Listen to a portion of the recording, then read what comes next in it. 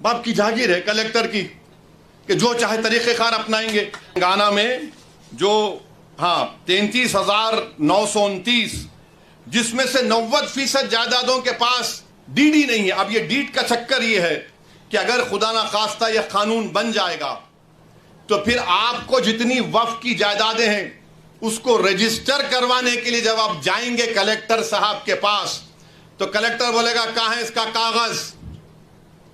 CAA में कागज पूछ रहे, ये कानून में भी कागज पूछ रहे।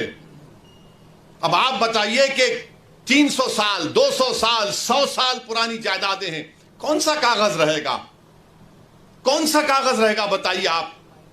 नहीं, कागज लाओ तभी इसका रजिस्ट्रेशन होगा। तो वक्फ बाय यूजर आप अंदाजा लगाइए कितना बड़ा नुकसान हमारा होने वाला है। फिर उसके बाद इसमें सेक्शन 3C है, वो ये कहता है कि अगर कोई भी जायदाद वक्फ की है, यह कानून बनने से पहले और बाद में कोई भी जायदाद वक्फ की है और यह कानून से पहले और कानून के बाद वो वक्फ की जायदाद नहीं होगी ता वक्त कलेक्टर फैसला नहीं करेंगे। कौन कलेक्टर है ये भाई? कलेक्टर साहब के पास कोई भी जाके बोल देगा कि देखो ये जायदाद वक्फ की नहीं है, ये शिवसेना वाले जाके बोलेंगे, BJP RSS वाले जाके बोलेंगे। कोई कलेक्टर हुकूमत के वक्फ के खिलाफ फैसला देगा? कोई जाकर उसको वो तो कलेक्टर साहब सोचेंगे अरे भाई मेरे को तरक्की करना है।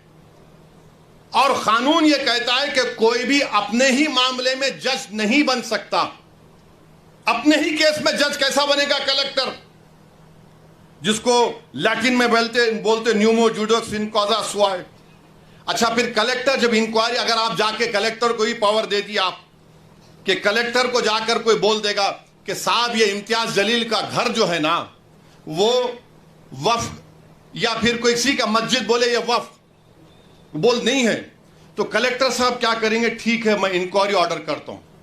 अच्छा, उसमें लव क्या इस्तेमाल हुआ कानून में क्या आएंगे? बाप की जागीर है कलेक्टर की कि जो चाहे तरीक़े कार अपनाएंगे। और फिर दूसरा उसमें सुनिए, दूसरा उसमें बोलते कि कोई टाइम लिमिट नहीं, कलेक्टर साहब जब दिल में आया इंक्वायरी करेंगे, जब दिल में आया नहीं करेंगे। और तरफे तमाशा ये है कि जब तक कलेक्टर की इंक्वायरी मुकम्मल नहीं होती वो जायदाद वक्फ की नहीं रहेंगी।